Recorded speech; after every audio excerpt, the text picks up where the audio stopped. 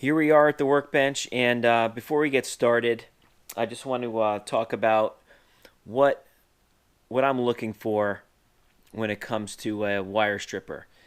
And it's pretty simple.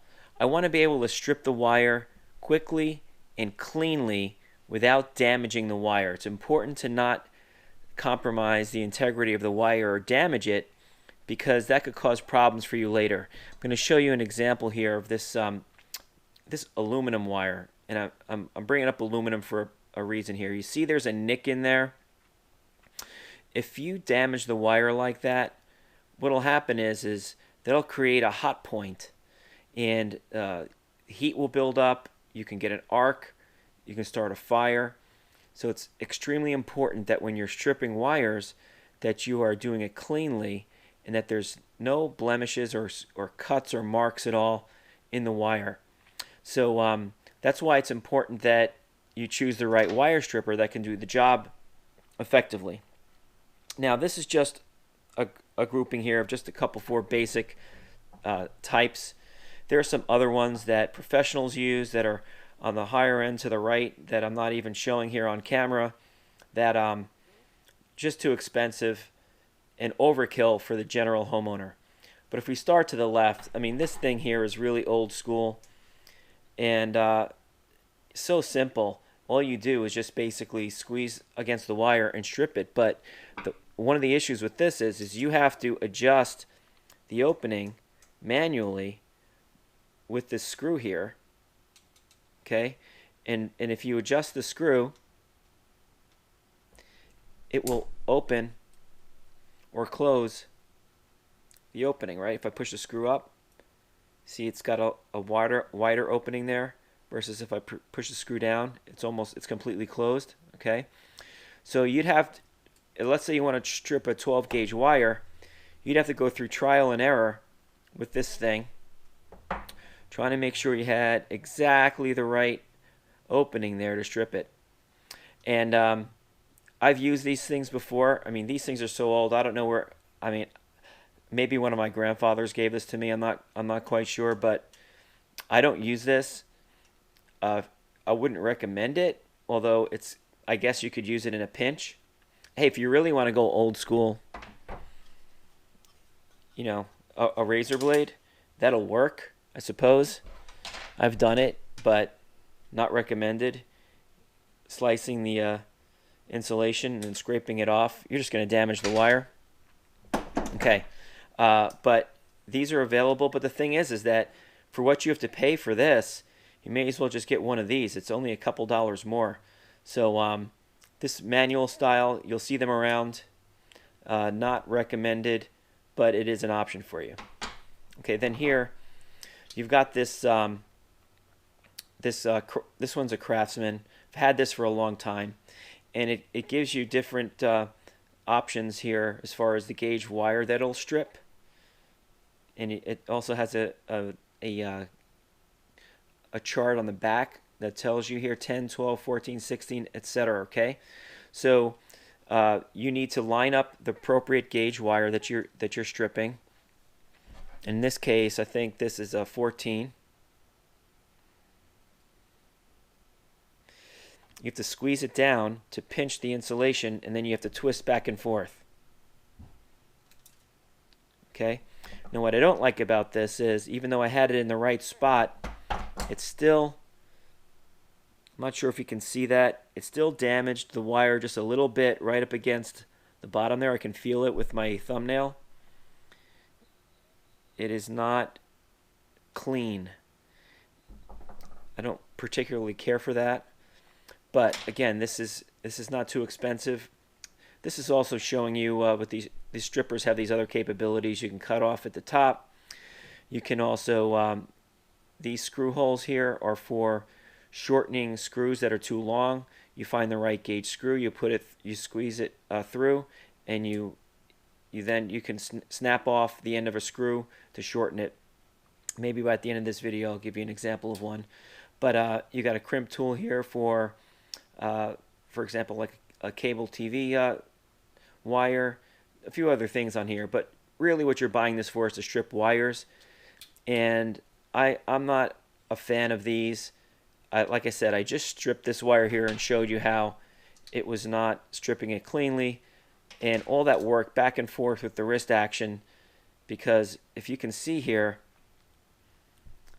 the cutters are not all the way across. You have to squeeze these tight, and then you go back and forth, versus something like this, which I'll get to. These cutters, you can see these circles will completely surround the insulation and cut all the way through without having to do this. We're going to get to this now. Okay, so something like this, again, we got the gauge up here. You can plainly see 10, 12, 14, 16, 18, etc. Okay, and we're going to show you the difference. Let me cut this off here. All right, so this was a 14 gauge.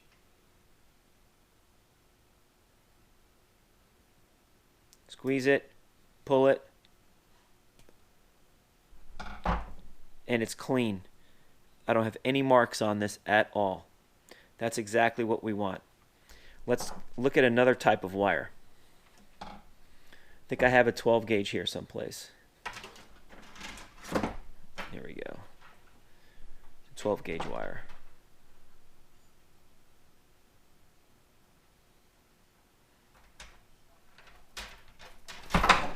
It's a little harder to pull off, but yes, completely clean. Okay. This thing also has the ability to, it's got on the end, you can it's got these little pliers where you can create your loop. Okay. Also here, you can do it in this hole here. You could put it in here, and you can create your loop that way. Another spot to do it. I like these. Now, the other thing is these things also come with a spring in the middle, which if you're doing, quite a bit of work, it'll open it up for you, so you're not constantly opening and closing. The only thing with the spring, though, is that it's always open. So if you're using a tool belt, then you're going to have to squeeze it before you put it into your tool belt. But if you want the spring, these things come in the option with the spring. Okay, again, this is not a tool review between brands or anything. It's more about the types and which one I feel is the better one to choose. Okay, so now we're going to get into this type. Okay, so here we have going on is, I think I need to take this one step at a time. On the end here you can see where you've got the different gauges. All right, and you've got on the bottom would be the solid wire gauge, and on the top would be the stranded, and we're going to cut a stranded wire in a moment. Okay, and what happens is that you have the wire gets pinched in between here, and then it opens, and while the wire's being pinched here, it's stripping the wire. We're going to do it right here on the camera so you can see it. 14 gauge.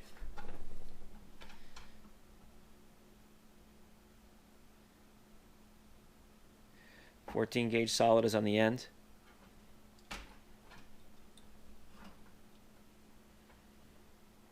Okay, so what's happening here? It's pinching the wire, and then it's going to open it up like that. It is very clean, very fast. Okay, very clean and very fast. Let's take a let's try a 12 gauge wire. Okay, this is going to be a 12 gauge stranded. Right, so the stranded one, a little different. So not a single strand cut, which is very important. This cut the stranded wire very clean too. I like the way it worked. Again, it's clamping down on the sheathing. Let me cut this off. We can do it again.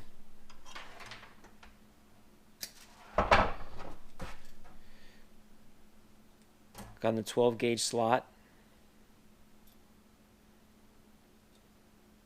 Okay, clamps down on the sheathing, and then when it spreads open, pulls it apart.